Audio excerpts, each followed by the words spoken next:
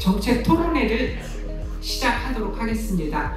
저는 현재 한국지방자치학회 부회장을 맡고 있는 건국대학교 이향수 교수입니다.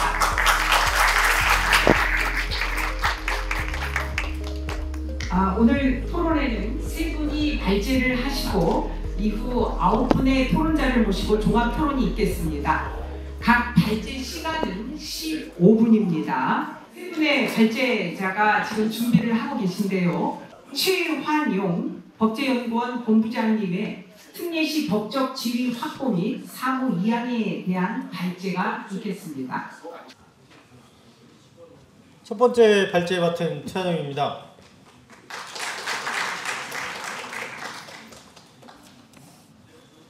원래 법학 전공자들이 PPT 같은 거 잘 못 만들어서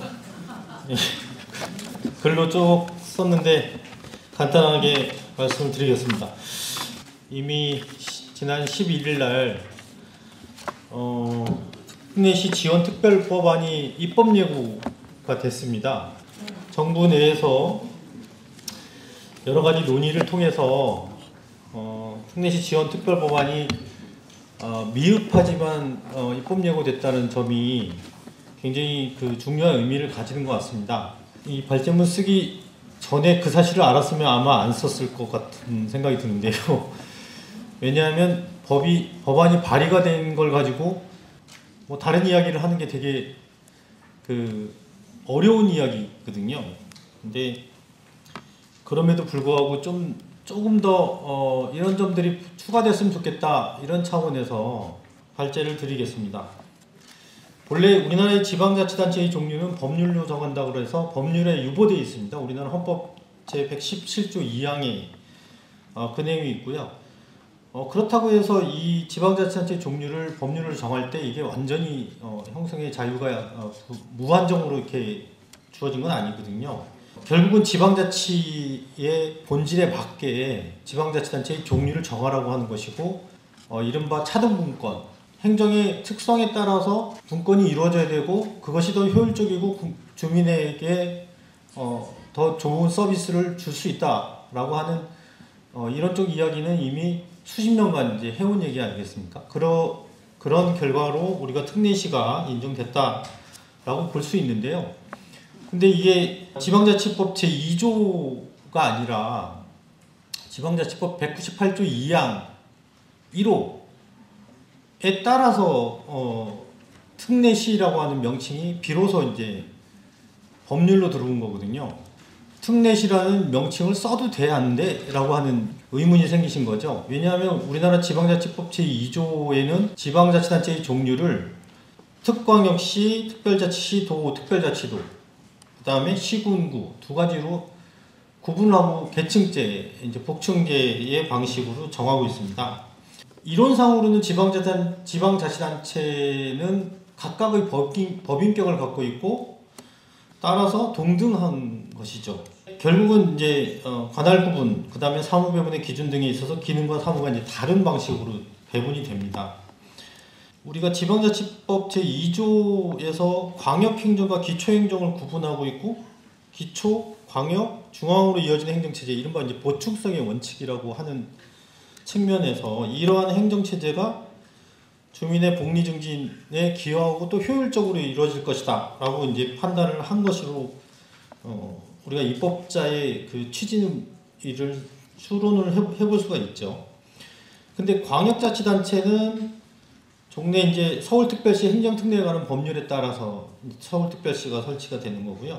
광역시도 울산광역시 설치 등에 관한 법률, 즉 법률적 근거를 가지고 설치가 됩니다. 특별자치시, 도, 특별자치도 또 각각 근거를 가지고 이제 법적 지위가 보장되는데, 기초자치단체는 인구나 관할구역의 면적이나 행정서비스의 수요를 전혀 고려하지 않고 그냥 시, 군, 구라고 이른바 이제 좀 속된 말로 얘기하면 퉁쳐버리는 조항을 갖고 있습니다. 그래서 이 기초자치단체를 어떤 서비스의 수요, 행정 수요나 관할구역의 면적 등에 있어서 이걸 시군구로 일률화해서 정하는 것은 효율적이지 않다. 인구 5만의 군과 인구 100만의 지금 이제 특례시가 어떻게 같은 행정 수요를 처리할 수 있겠느냐라고 하는 문제들이 계속 지속적으로 지적되고 있는 거죠. 근데 지방자치법 198조 제2항 1호에서 인구 100만 이상 대도시를 가로하고 특례시라고 정리를 하고 있습니다. 아직까지 정식적인 법적 지위가 주어져 있지 않은 것이죠. 뭐 여러 연구자들께서 이 특례시를 우리가 준광역적 행정이라고 이제 연구 결과들을 제시하시고 지금 현행의 법제를 바꿔야 된다고 말씀을 하십니다. 특히 이제 일본 지방자치법에서 이른바 중액시나 지정도시와 같은 형식으로 대도시에 대해서 특례들을 부여하고 있는 점도 많이 참고가 되는 것 같습니다. 일단 특례시의 그 법적 지위를 확보하기 위해서는 그 인정 기준을 좀 더 다양하고 그 행정 수요의 특성에 맞게 정해야 된다는 점을 첫 번째로 지적을 해둘 수가 있습니다. 인구 100만의 도시가 일시적인 현상으로 인해서 인구가 100만이 안 되면 그러면 특례를 더 이상 인정하지 않겠다라고 하는 그 형식적 취지가 되거든요. 근데 이미 그런 사무들을 하기 위해서 재정이 투자가 되고 인원이 확보가 돼 있는데 갑자기 2년 있다가 니네는 더 이상 특례를 줄 수 없어 라고 얘기하는 것이 과연 그게 합당한 이야기일까를 생각해 볼 수 있습니다. 그러면 2년 있다가 특례시가 아니면 이제 특례시라는 간판 다 내리고 다 바꾸고 다시 옛날로 돌아가자? 이게 어떻게 그 발전적인 사고 속에서 나온 이야기가 되겠습니까? 그래서 특례시의 인정 기준을 오로지 인구 기준에 맞춰서 이야기하는 것은 뭐 차등분권 이론의 어느 이론을 가지고 들어와도 불합리하다라고 이제 볼 수 있고요. 저는 앞으로 이제 이 특례시 지원 특별법안이 통과가 된 이후에 우리가 더 심도 있게 논의를 해봐야 되겠지만 지방자치법 제2조를 개정을 해야 된다라고 봅니다. 네. 그 특례시를 지방자치법 제2조 2항에 보면은 자치구와 광역시의 관계를 정해놓고 있거든요.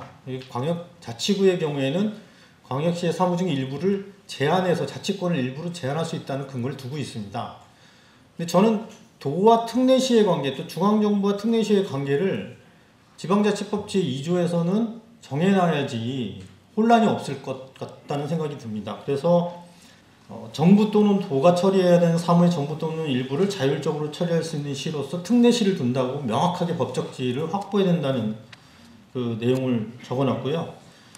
그래서 좀 이제 아쉬운 말씀을 드리자면 요번에 발의된 법이 특례시 지원에 관한 지원특별법인데 특례시 설치 및 지원에 관한 법률이었으면 얼마나 완벽했겠느냐 라고 하는 생각을 전해드리겠습니다.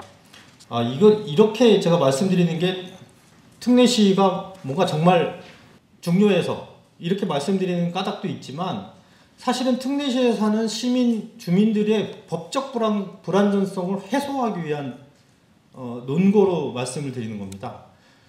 어느 날 용인 특례 시민으로 자부심을 가지고 살다가 갑자기 인구가 좀 줄어가고 용인 시민이 되면 그러면 좀 이상하지 않습니까?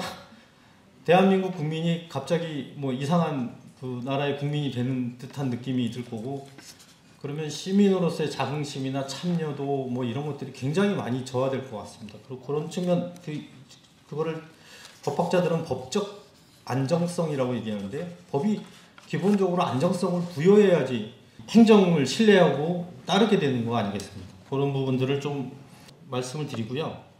그리고 이 특별법안에 34개의 그 사무, 기존의 8개, 지방자치법에 있던 8개의 사무 이외에 34개의 사무가 이제 늘어나긴 했는데 그 사무도 좀 불안정한 느낌이 들어서 그 관련된 사무들이 전권한성의 원칙이라고 하는 측면에서 해당 특례시에서 처음과 끝이 기획과 평가까지 그 다음에 피드백까지 이루어질 수 있도록 이렇게 개별적인 사무를 이양하는 방식이 아니라 좀 포괄적으로 기능적으로 이양하는 방식이 입법 방식은 더 적정하다고 저는 말씀을 드리고요.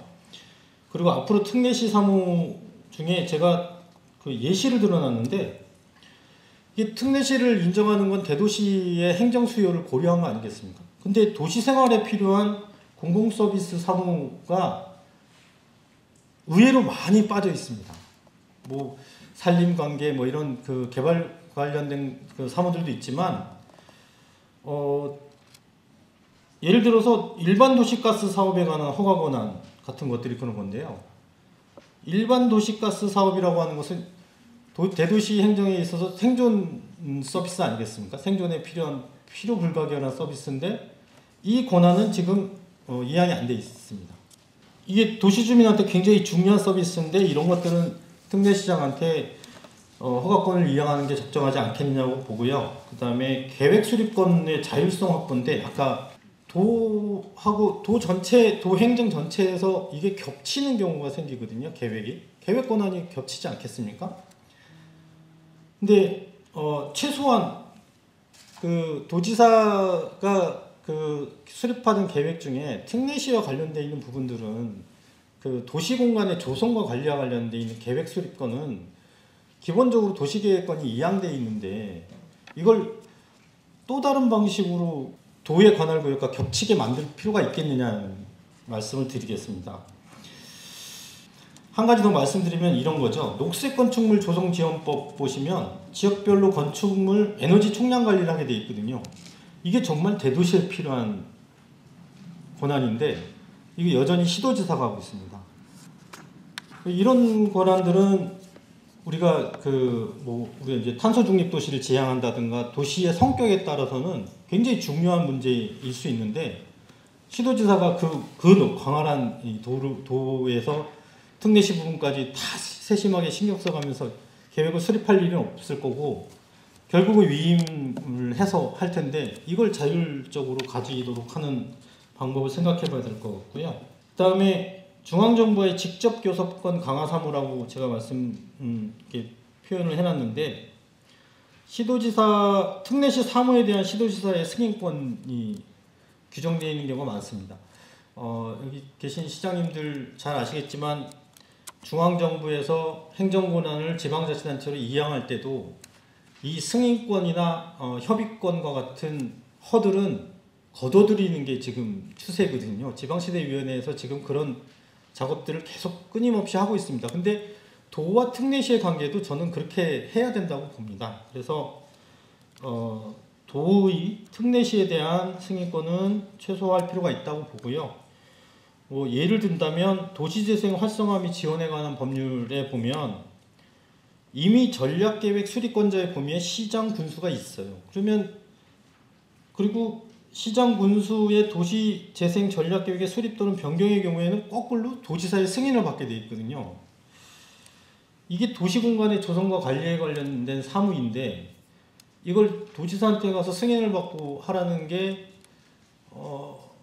저는 제 머리로는 이제 이해가 잘 안 가서 이런 사무들도 당연히 이행돼야 되는데 이게 제가 살펴보니까 이 도시재생 문제는 국비 지원의 근거더라고요. 그래서 이 사무를 이양할 때 해당 그 사무를 처리하는 비용이 국비냐 도비냐 뭐 이런 것들을 잘 검토해서 재정과 함께 사무가 이양돼야 되지 않을까라고 이제 적어놓은 거고요.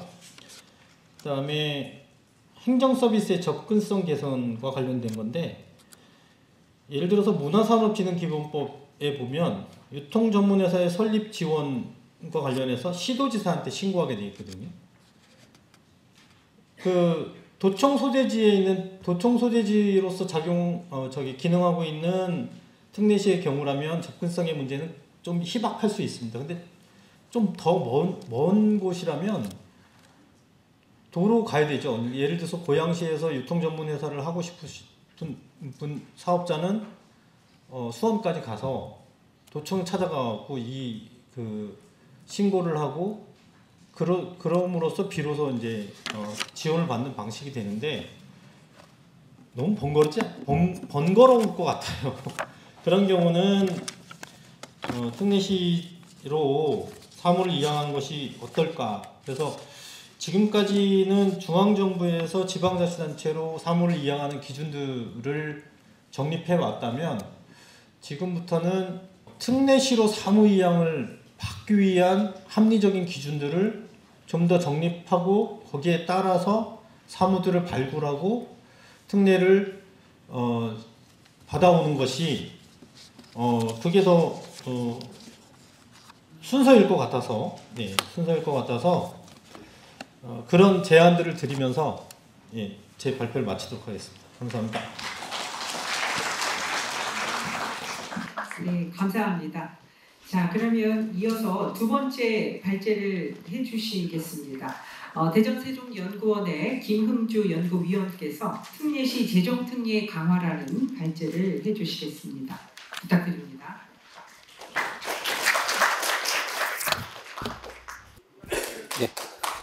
안녕하십니까. 저는 이제 특례시의 그 재정특례 강화 방안을 위한 발제를 좀 맡았습니다. 제가 세종시에서 이제 오랫동안 근무를 했고요. 그 과정 속에서 이제 세종시는 특별자치시로서 다른 자치단체에 비해서 이제 특별한 자치권이 부여되어 있는 도시입니다. 그래서 실질적으로 재정권부터 해서 조직권, 인사권, 아직 사무특례는 발굴되어 있지 않지만 다른 자치단체에 비해서 그 재정부터 해서 조직권과 관련된 특례가 일부 좀 부여되어 있는 상황이고요. 그 과정 속에서 전부 개정안도 좀 만들어 놓고 있습니다. 그래서 특별법에 근거해서 현재 이제 특례시도 특별법에 이제 근거해서 이제 계속 이제 그 명칭이 바뀔 텐데요. 옷을 입는 게 중요한 것 같습니다. 그 다음에 이제 전북과 강원처럼 지속적으로 개정안을 발굴해서 법안을 채워나가는 방식으로 하는 게 어떻게 보면 우회 전략으로 가장 좋은 방식이라고 생각을 합니다. 그래서 재정특례는 어떻게 보면 아까 앞서서 다 말씀 주셨지만 굉장히 중요한 부분입니다. 우리가 아무리 사무를 지방자치단체가 달라고 하더라도 재원이 이양되지 않으면 지방자치단체는 이 재원이 없기 때문에 그리고 인력이 부족하기 때문에 이양된 사무가 자치사무로 넘어온다고 하더라도 업무 부담의 어떤 가중성으로 이해하기 때문에 실질적으로 특례를 발굴해 나가면서 요구하기도 어려운 상황입니다. 그래서 세종시만 하더라도요, 자치시의 위상을 갖고 있지만 재정특례의 어떤 한계성이 분명히 있기 때문에 제주도와 차이가 분명히 있습니다. 그렇다 보니까 조직과 인력 운영에 있어서의 자율성과 제약성이 굉장히 큽니다. 그래서 자주적으로 제주도와 같이 특례 사무를 발굴할 수 있는 여건이 부족합니다. 왜냐하면 추진단을 만들어서 하나의 실국부서를 만들려고 하면 예전에는 조직에 대한 설치권이 제약되어 있다 보니까요. 다른 부서가 없어져야 되는 여러 가지 한계성들이 있었습니다. 그리고 기준인건비라는 게 있어서 인건비를 통제하고 있습니다. 중앙정부에서. 그렇다 보니까 인력을 실질적으로 증원하는 한계가 있기 때문에 조직을 만들어도 그 실질적인 이런 충원이 안 되기 때문에 그러한 한계성들이 동시에 노정돼 있어서 실질적으로 특례를 발굴하는 데 있어서 다른 자치시도 같은 경우는 제주도를 제외하고 한계가 굉장히 크다라는 좀 말씀을 드려보고요. 그렇다 보니까 재정적인 여건을 우리가 어떻게 보면 재정 자주도를 확보하는 것이 무엇보다 관건이라는 말씀을 좀 드려보고요. 시간이 없으니까 제가 빨리빨리 넘어가도록 하겠습니다. 특례시 도입과 그 제도, 그 재정특례에 대한 검토 부분으로 해서 이어갈 텐데요. 그래서 특례시 같은 경우는 앞서 이제 최환영 박사님 말씀하셨듯이 준광역자치단체로서의 위상을 우리가 가져야 되는 상황인 것 같고요. 그렇다 보니까는 애매한 상황이 있는 것 같습니다. 실질적으로 광역에 준해야 되다 보니까 특별자치시도의 어떠한 특례와 비교했을 때는 한계가 굉장히 큰데 우리가 특례를 어느 정도로 특례시가 요구할 것인지에 대한 물음표가 항상 있는 것 같고요. 그렇다 보니까 혼돈이 오는 것 같습니다. 그래서 제 입장에서는 현재 어떤 결론부터 말씀드리면 특별자치시도와 같이 특례시는 제한된 범위 내에서 조직권부터 해서 인사권 그리고 재정권까지 조금은 능동적으로 자주적으로 지자체가 할 수 있게끔 좀 유도해 주는 게 어떤가라는 좀 의견을 한번 드려보고요. 그래서 일단은 재정 수요에 어떤 충족할 수 있는 새로운 행정체제의 논의가 필요하다는 말씀을 좀 드려보고요. 그래서 첫째, 특례시의 자치권 확보를 위한 우리가 차등분권을 실험해야 되고 그 과정 속에서 특례시가 사무 이양에 따라서 그 역할을 제대로 할 수 있도록 그 재정 확충 방안을 모색하는 것이 그건 이제 그 발제 목적에 있다라고 좀 보시면 될 것 같습니다. 그래서 차등분권이라는 부분이 굉장히 중요한데요. 우리가 전체적으로 지방자치단체는 중앙정부로부터 재원과 권한을 이전받으려고 노력을 해오고 있습니다. 그럼에도 불구하고 지방자치법이든 여러 가지 법령에 규정해서 일괄적으로 자치사무를 수행하게끔 되어 있고요. 일부 특별자치시도만 조금 특례가 되어 있는 상황이라고 보시면 될 것 같습니다.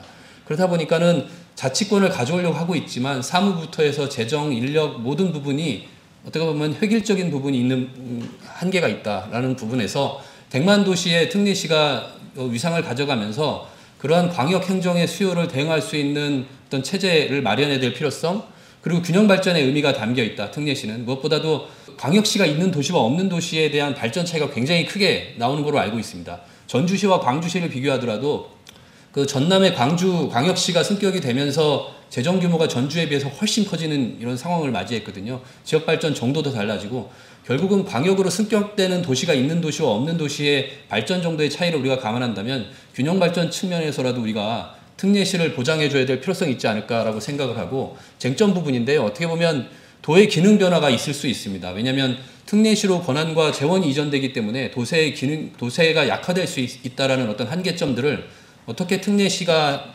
이것을 해결해 나갈 것인가, 이러한 쟁점 사항들을 바탕으로 고민할 수 있을 것 같고요.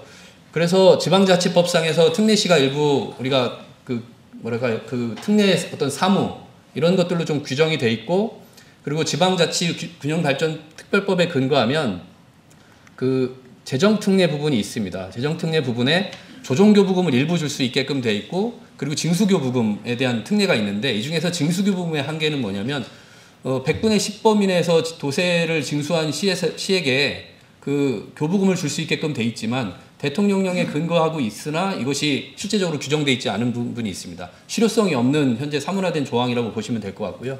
그러한 부분에서 재정특례에 대한 한계성들이 굉장히 크게 나타나고 있다라고 보시면 될 것 같습니다. 그래서 이전에 법이 발의가 됐고요.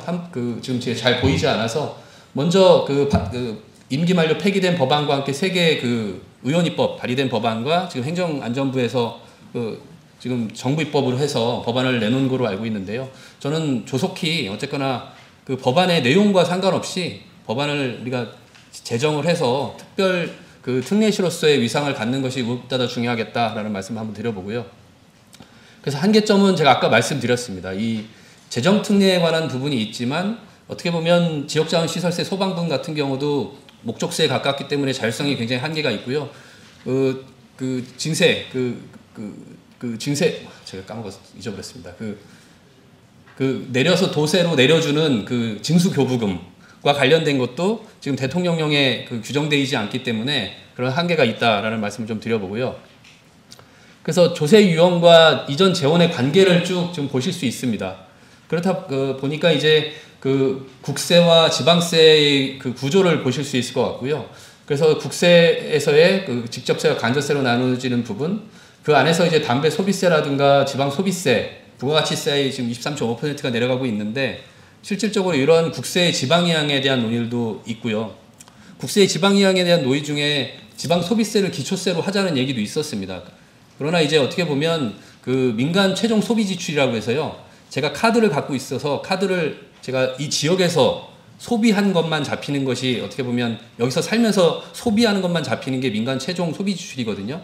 그렇다 보니까 광역 단위에서만 현재 이 통계 수치가 잡히고 있습니다. 그렇다 보니까 세종시 차원에서도 2018년도에 민간 최종 소비 지출이 도출이 됐기 때문에 이게 기초 단위에서 얼만큼 산정이 될 수 있을지에 대한 한계성 때문에 제가 기초분에 대한 배분은 소비세에 대한 논의는 좀 하지 않았고요. 징수교부금에 관련된 거는 제가 이따가 조금 추가적으로 말씀드릴 수 있을 것 같고, 그리고 특별 시세, 특례 시세 같은 것들을 검토하려고 하고 있지만 실질적으로 특례 시세를 만들어서 세목을 신설하는 것이 굉장히 어려운 부분이 있습니다. 이게 거의 조세 법률주의라든가 세목과 세율은 법률로 정한다라고 돼 있기 때문에 실질적으로 지방자치법, 지방세법 안에 규정돼 있고 그러한 것들을 하나하나 우리가 신설해서 만들어줘야 되는데, 현재 특별자치시도 역시도 제주도도 새로운 세목을 발굴해서 신설하는 데는 한계가 굉장히 크다라는 말씀을 드려보고요. 그래서 세목을 신설하거나 소비세 이관과 관련된 건 좀 배제했다라고 좀 보시면 될 것 같습니다. 그리고 기본적으로 이제 재정조정제도에 관한 논의와 함께 조세 유형과 이전 재원의 관계를 좀 설명드려보고요. 그래서 특례시에서 어떠한 노력들이 필요하겠느냐라는 걸 전제로 하면 자구적인 노력과 도시의 그 시세 이양, 그 특례시 이양, 그 다음에 중앙의 재원 이전 부분 등을 중심으로 우리가 검토해 나갈 것이다 라는 말씀을 드려보고요. 그래서 특별자치 시도가 가지고 있는 재정특례 구조를 잠깐 보실 수 있습니다. 특히 제주도가 가지고 있는 특성이 있는데요. 그 보통교부세 정률 3%를 갖고 있다 보니까 실질적으로 한 2조 정도 안팎의 규모의 교부세가 내려갑니다.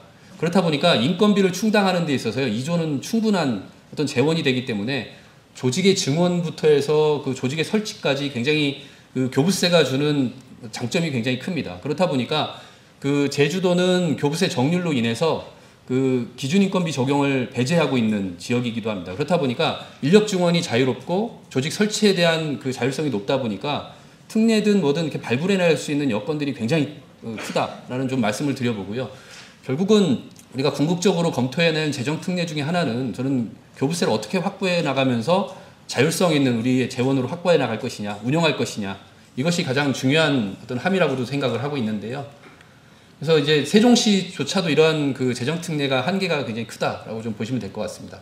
그래서 제 나름대로 세율 조정부터 해서 도세의 그 특례시세 이관, 그 다음에 재정조정 제도에 대한 부분을 쭉 기존에 논의됐던 내용들을 중심으로 한번 살펴봤습니다.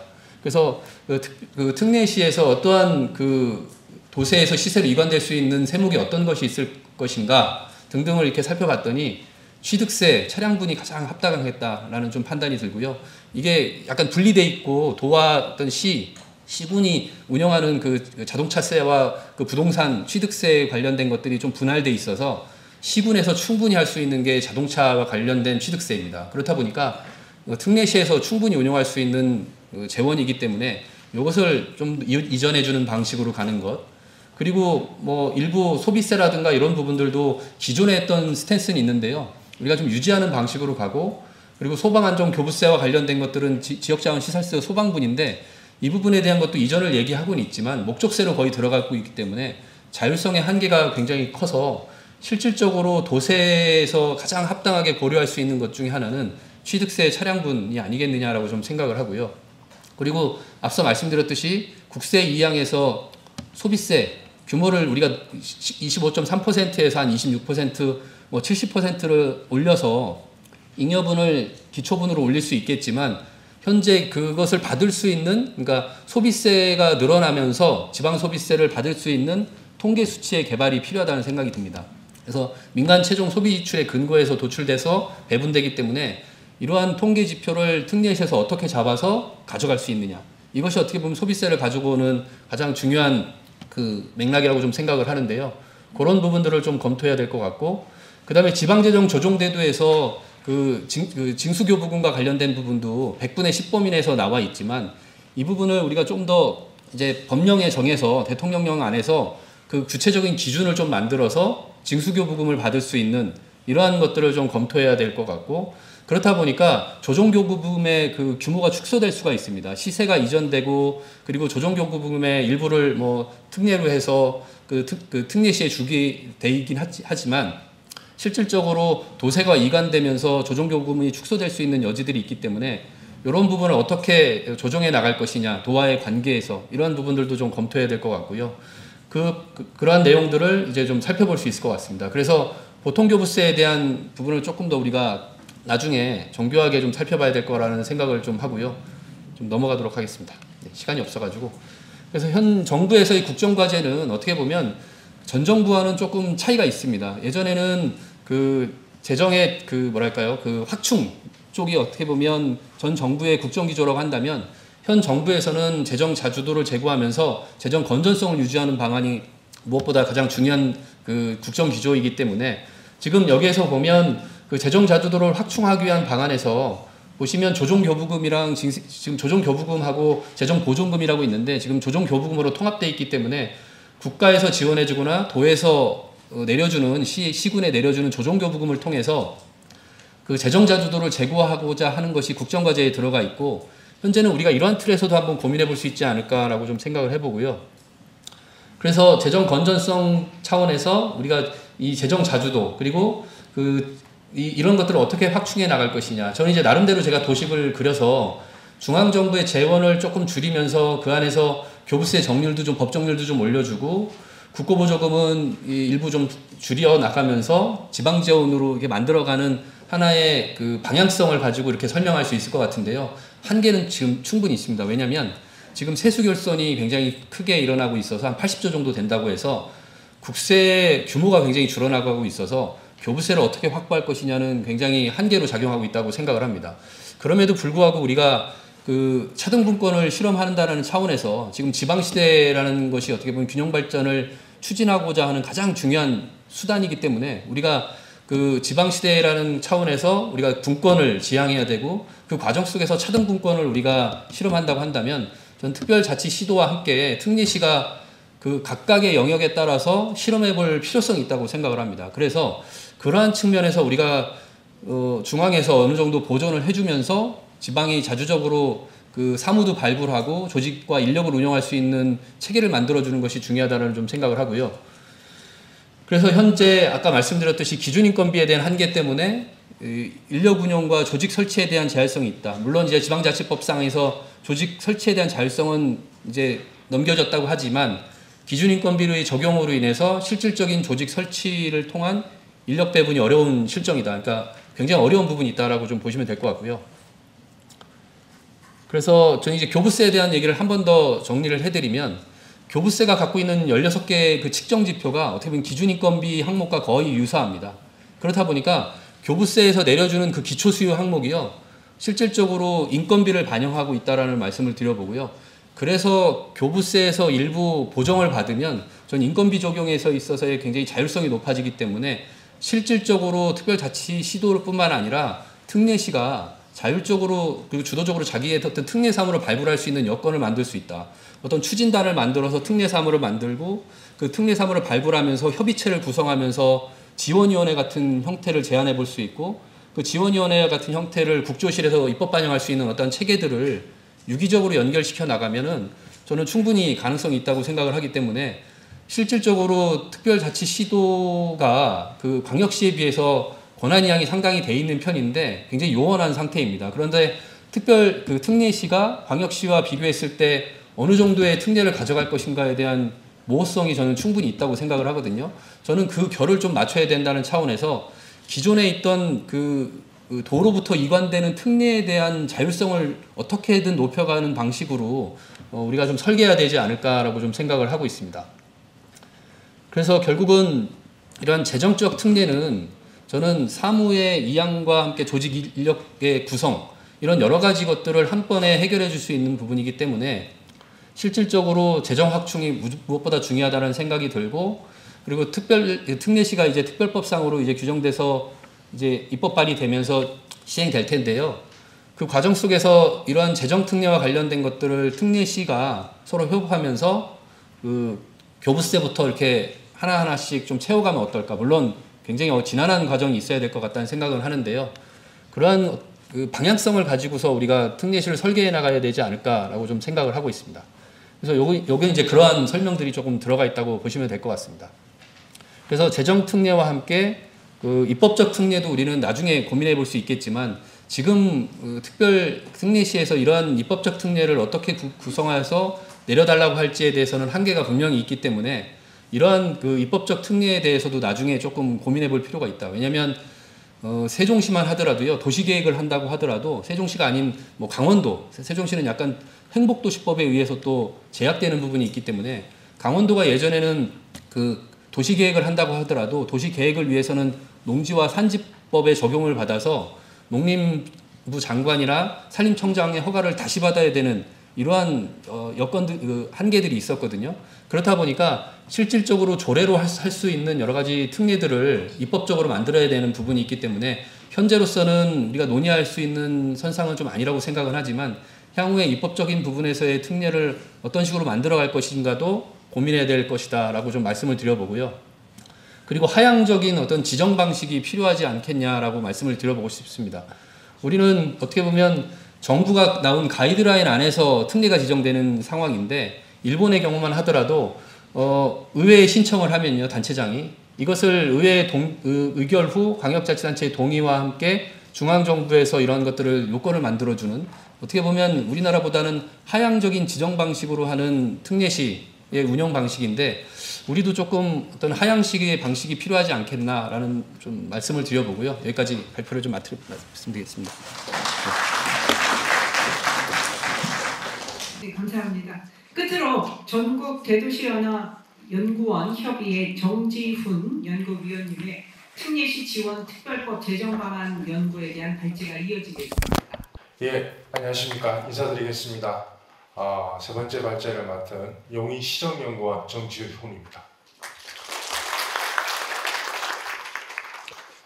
본 연구는 저희 지금 제일 앞에 표지에서 보시는 바와 같이 용인시정연구원, 수원시정연구원, 그 다음에 고양시정연구원, 창원시정연구원, 그리고 화성시연구원까지 해서 5개 시 연구원이 특례시 특별법 지원 법안을 지금 공동으로 좀 연구를 한 결과를 조금 발표를 하고자 합니다. 앞서 두 분이 말씀 주셨던 법제와 특례 내용들이 있는데 저희는 이것을 법제화로 해서 법안을 좀 제한하는 형태까지 접근을 했습니다.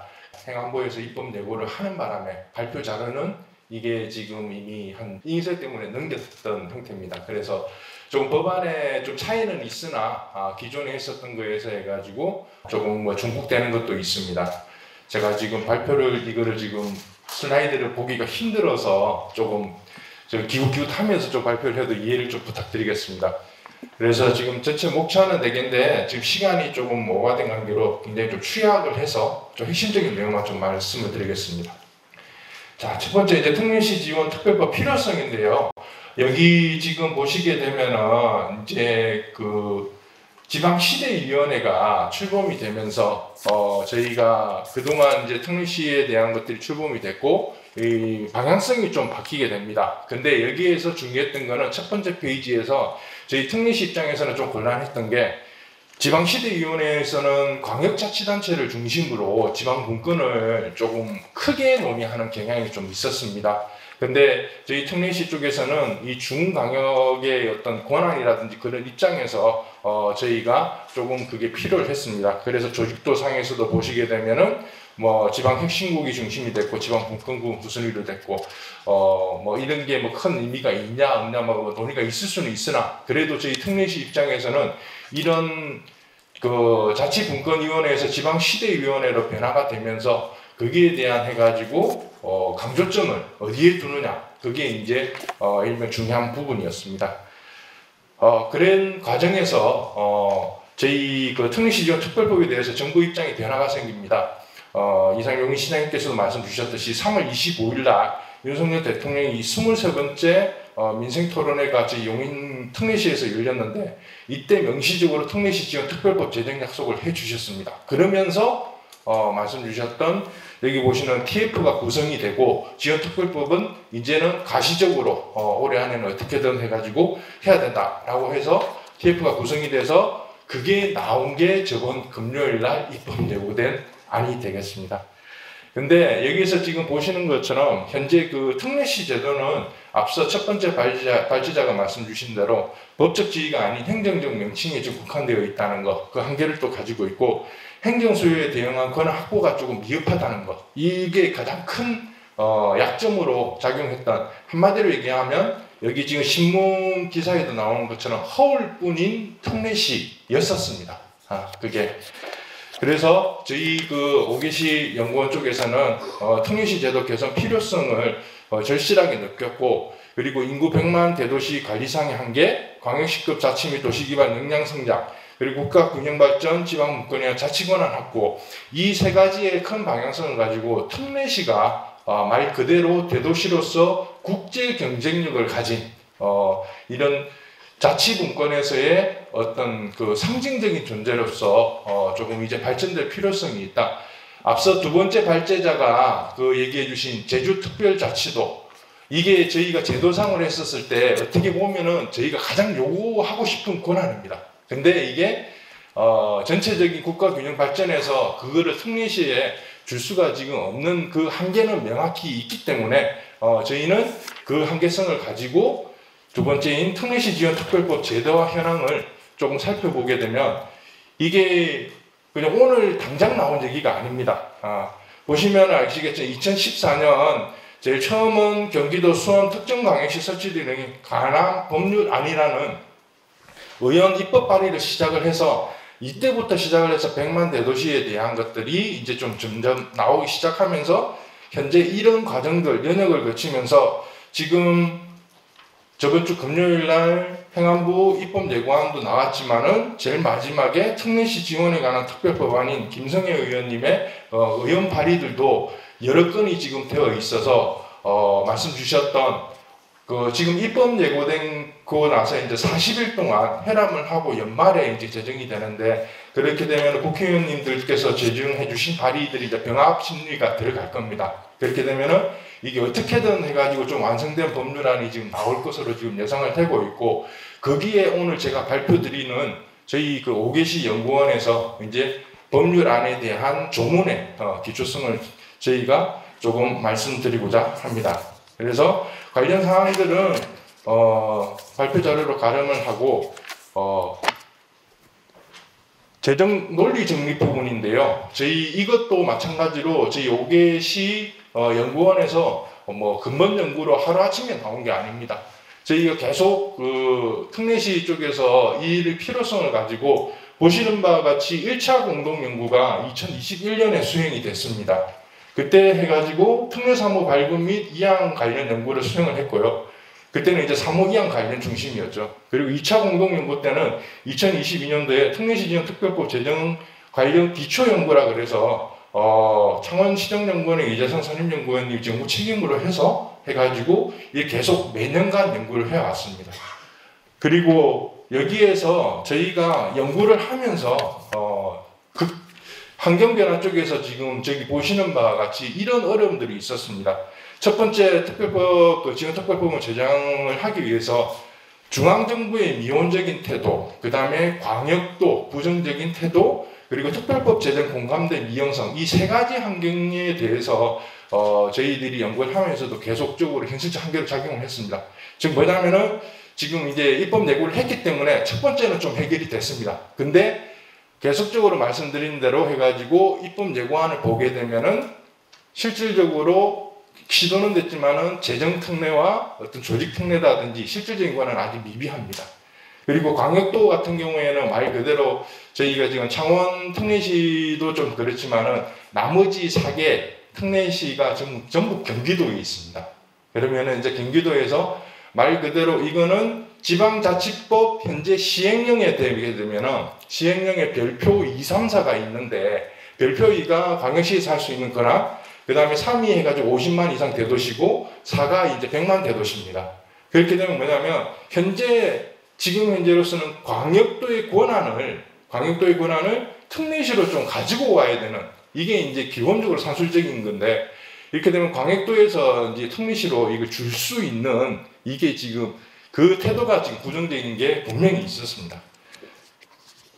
그리고 이제 그래서 논리 정립을 해서 이 제한적 법률 효력이라든지 독립적 법적 지위, 그 차별적 특례 내용, 실질적인 내용들이 저희가 필요했습니다. 그리고 이제 제가 오늘 마지막으로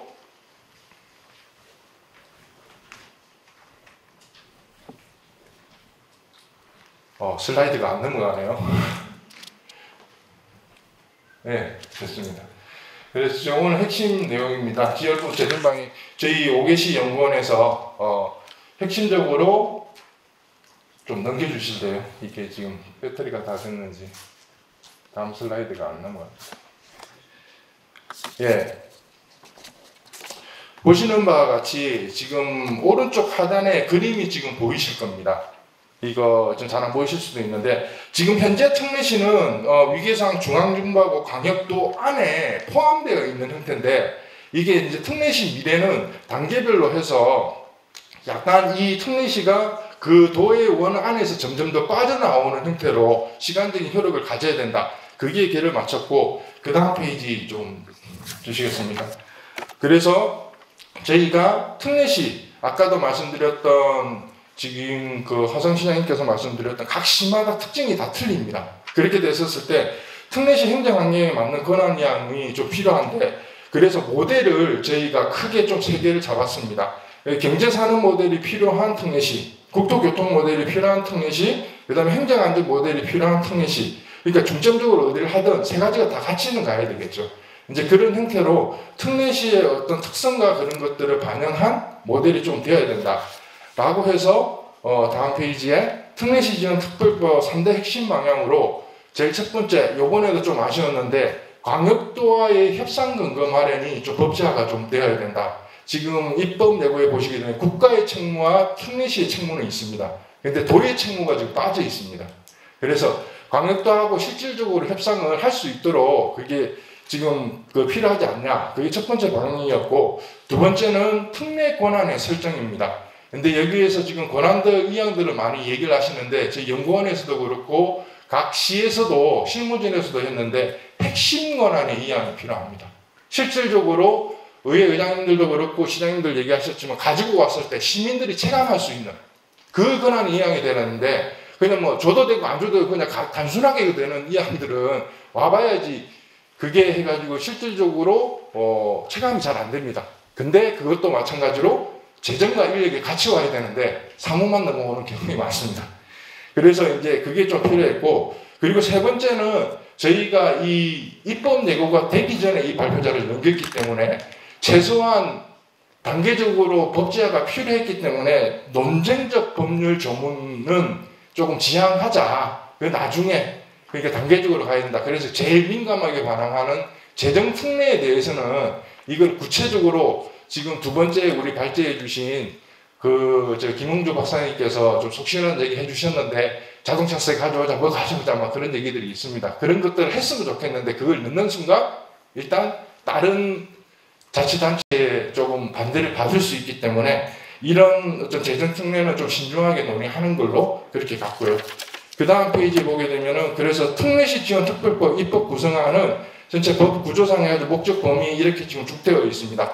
그 페이지를 넘어서 좀 상세 내용을 조금 보게 되면은 목적은 지금 해가지고 거의 지금 입법 예고된 안하고 조금 문구상의 차이는 있는데 좀 비슷합니다. 그리고 적용 범위도 지금 해가지고 지금 현재 입법 예고된 안은 대놓고 얘기하면 지금 100만 이상 대도시입니다.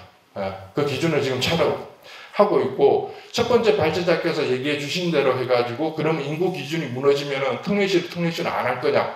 그거는 이제 앞으로 이제 법률에서 되면서 해가지고 조정이 될 가능성이 있는 것을 보고 있고, 그리고 저희가 제안했던 거는 국가 책무, 그리고 아까 말씀드린 도의 책무가 명문화가 되어 있었습니다. 근데 지금 현재 입법 내관에서는 도의 책무는 빠져 있습니다.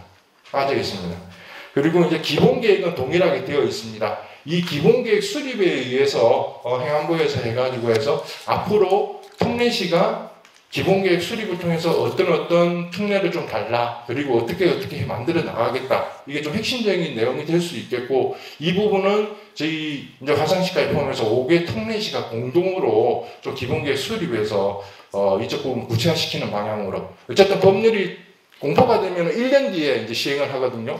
그러면은 1년 전에 이 기본계획 수립을 할 수 있는 것들을 준비를 해야 됩니다. 예. 그때 이제 대응을 철저히 좀 했으면 좋겠고, 그 다음 페이지에는 이제 연도별 시행계획 글이 계속 나오고, 여기에도 지금 있는데 사무특례가 지금 입법예고에서 지금 별표 2에 34개 사무가 들어가 있습니다.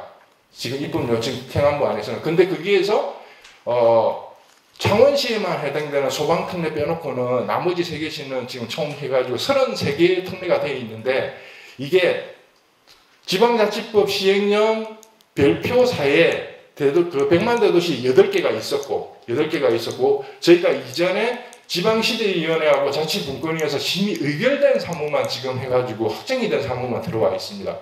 실제로 저희가 80개를 요구를 했습니다. 지금 화성시가 오시기 전에 해가지고 4개 특례시에서 80개 정도 사무를 지금 주셔야 됩니다 했는데, 이게 논란이 되고 지금 머리가 아프고 그러신지 모르겠지만 일단은 그렇게 해서 지금 기본적으로 해가지고 34개 사무가 별표에 담겼고, 앞으로 이게 사무가 늘어나면은 이제 별표가 바뀌게 되면은 법률 또 개정을 해야 되는 이제 그러한 절차적인 좀 비효율성은 좀 분명히 좀 있는 것 같습니다. 그리고 재정특례에서는 지금 이거도 저희 재정특례라고 해놓긴 했지만 입법 예고에서 본문에서 비슷하게 이렇게 재정 지원을 할 수 있다라고만 지금 되어 있습니다. 그래서 무슨 재정 특례를 준다라는 건 아직은 지금 없습니다. 그리고 지금 입법내고안에서 빠져 있는 게 조직 특례 쪽입니다. 조직 특례 쪽에서 지금 저희 쪽에서도 두 번째 발제자도 얘기하셨고 저희 용인 특례시장님께서도 계속 기준인건비 행안부에서 이게 실질적으로 특례시에 대해서는 어떤 행정이 시민들이 체감할 수 있는 서비스를 하기 위해서는 인력과 재원이 같이 와야 되는데 이게 인력이 지금 틀어막혀져 있습니다. 해가지고 해서 지금 모든 특례시가 다 해가지고 보면은 실제로 공무원들이 좀 많이 부족한 상태입니다. 해가지고 그래서 이런 부분들은 조직 특례 쪽은 조금 국 설치 개수를 풀어주는 거 그것도 필요했지만 실질적으로 그게 더 필요한 부분이라서 이런 거를 조금 풀어줬으면 하는 그 내용으로 좀 담았고요. 그 다음에 특례 부여하고 특별 지원 이쪽도 이제 마찬가지로 되어 있습니다.